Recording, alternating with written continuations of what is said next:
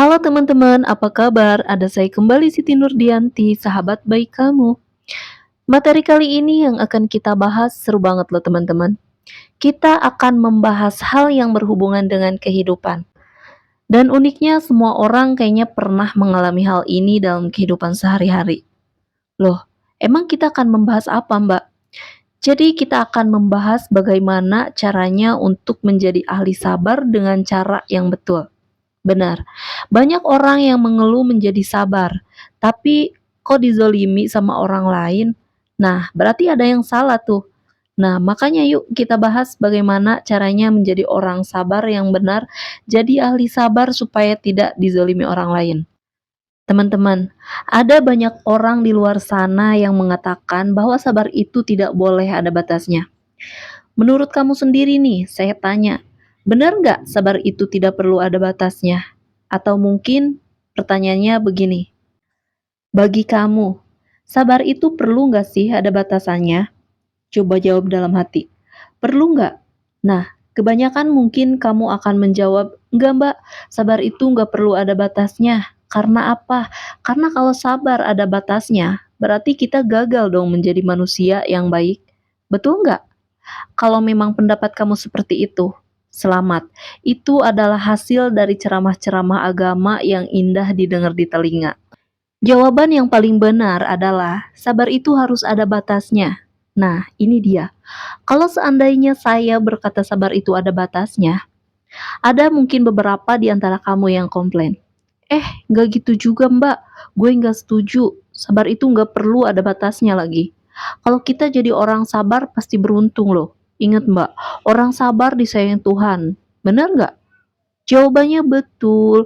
Orang sabar itu memang disayang Tuhan. Itu betul sekali. Cuman yang kamu tidak tahu, ahli sabar itu bukanlah orang yang BODOH atau mohon maaf, bodoh, bukan. Waduh, maksudnya gimana? Kalau saya berkata ahli sabar itu apa? Yang di pikiran kamu pasti muncul gambar orang yang sabarnya itu tanpa batas. Benar apa enggak? Padahal pengertian yang benar dari kata ahli sabar itu adalah ketika kita tahu kapan harus maju, kapan harus mundur dalam hal sabar. Saya ulangi sekali lagi. Pengertian ahli sabar yang benar teman-teman adalah seorang yang punya kemampuan baik untuk tahu kapan saya harus terus bersabar dan saya harus mengakhiri rasa sabar saya. Itu namanya ahli sabar. Nah, kalau selama ini kan pengertian kamu salah nih. Ketika ada kata ahli sabar, di pikiran kamu pasti orang yang kayaknya diapain aja sabar gitu. Bener nggak? Nah, itu yang salah. Itu yang membuat kamu tersesat selama ini. Dan itu juga loh yang membuat kamu, mohon maaf, selama ini diinjak-injak oleh orang lain. Coba nih, saya bukannya membuat kamu jadi teringat lagi ya. Ada nggak di antara kamu yang sekarang lagi terinjak-injak oleh perbuatan orang lain? Yang semena-mena? Ada nggak di antara kamu yang sekarang lagi merasakan ketidakadilan akibat perilaku orang lain yang melampaui batas terhadap kamu? Ada nggak? Nah, ternyata faktanya perilaku mereka yang melampaui batas itu penyebabnya kamu juga loh. Loh, kok bisa? Karena diri kamu salah menafsirkan kata ahli sabar. Nah, sekarang gini, saya ingin memberikan kamu bukti dulu bahwa sabar itu perlu ada batasannya. Buktinya adalah begini, dengarkan baik-baik. Ada seorang anak yang kurang ajar sama orang tuanya. Bayangin ada seorang anak durhaka yang kurang ajar sama orang tuanya. Kalau orang tua itu sabarnya tanpa batas, orang tua itu akan selalu mengamini semua perilaku anaknya yang kurang ajar itu. Anaknya kurang ajar, orang tuanya manut gitu ya. Akibatnya apa? Ketika si anak nanti dewasa, anak itu nanti akan berkembang jadi anak yang durhaka. Dan ujung-ujungnya apa? Dia akan masuk neraka karena perilakunya yang durhaka kepada orang tuanya. Nah, sekarang kalau udah kayak gitu, salah siapa? Salah anaknya? Betul, salah anaknya. Tapi yang lebih salah lagi adalah orang tuanya. Kenapa? Karena orang tuanya sabarnya tanpa batas, sehingga anak ini tidak mengerti batasan perilaku seperti apa sih yang harus saya lakukan kepada orang tua. Nah, sekarang bandingkan dengan orang tua yang sabarnya ada batasnya. Ketika ada seorang anak durhaka atau kurang ajar sama orang tua ketika dia kecil, orang tua itu batasan sabarnya ada. Nah, ketika anak itu sudah melampaui batas, orang tua itu pasti marah. Heh, kamu jangan begitu sama orang tua, itu nggak bagus. Nah, itu mungkin nangis. Tapi sambil dia nangis, setelah dia nangis, dia akan tahu betul bahwa, oh, ternyata perilaku ini nggak boleh ya saya lakukan kepada orang tua saya. Nah, anak ini nanti teman-teman akan berkembang menjadi anak yang jauh dari sifat durhaka. Karena diajarin sama orang tuanya bagaimana batasan perilaku yang baik pada orang tua. Nah, gimana? Dari kasus ini, masuk akal nggak?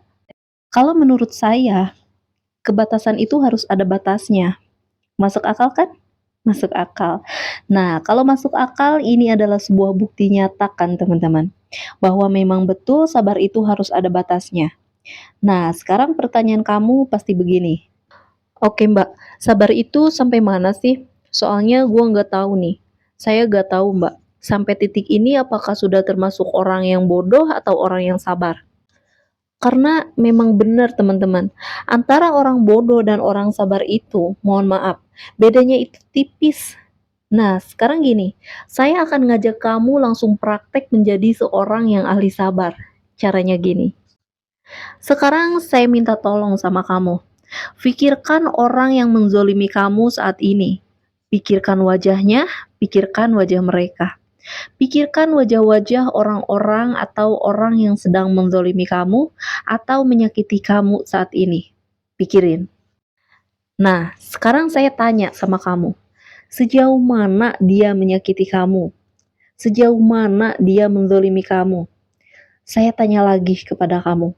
Apakah perilaku dia orang yang kamu bayangin tadi termasuk perilaku yang menginjak-injak harga diri kamu atau enggak? Nah, untuk bisa mengetahui apakah harga diri kamu terinjak-injak atau tidak, kamu dengarkan dan jawab pertanyaan ini.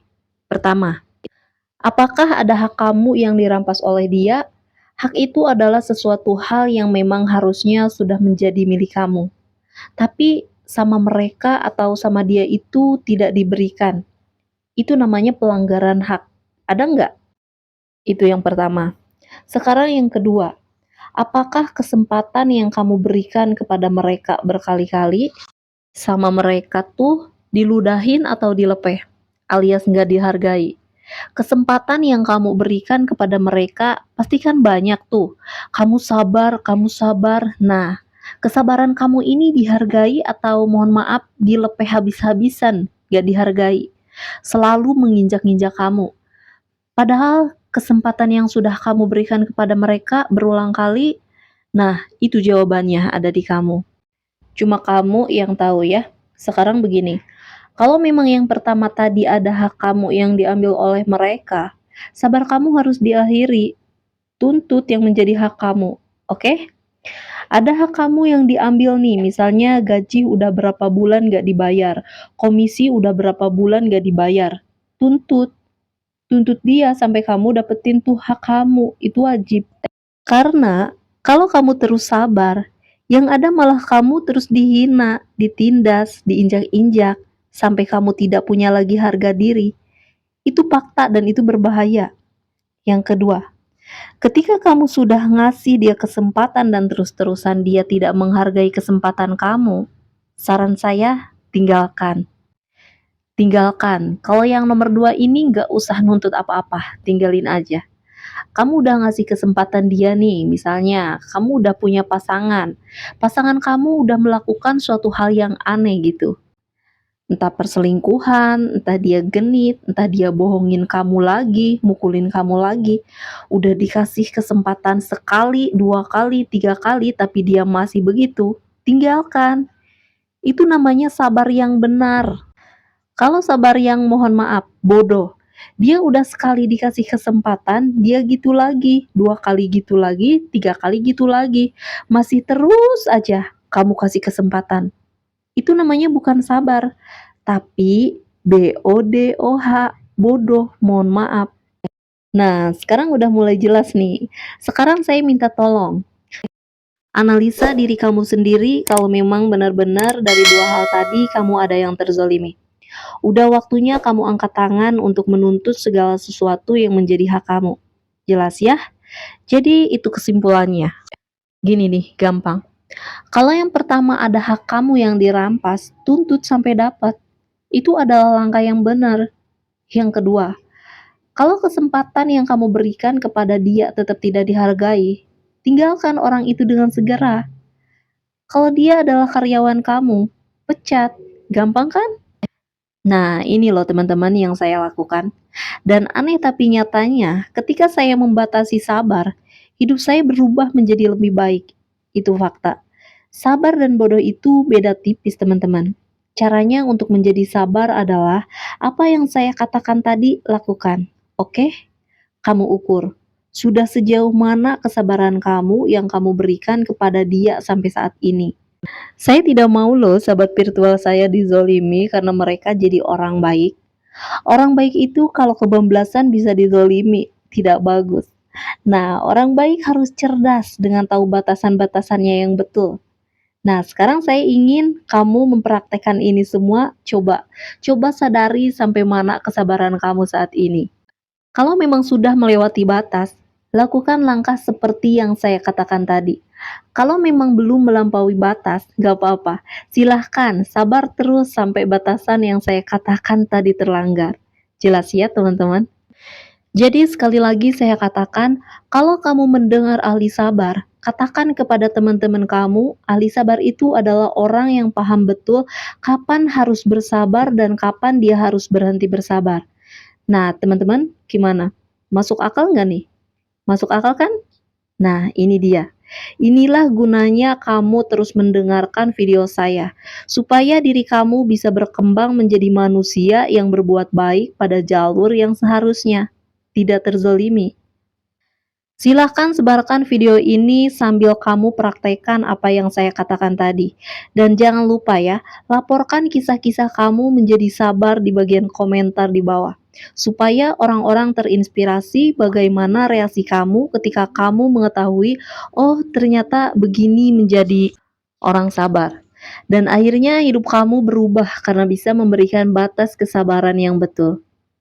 Masih ada saya, Siti Nurdianti, sahabat baik kamu. Tetaplah semangat, teruslah berbagi, dan saling menyayangi. Bye-bye.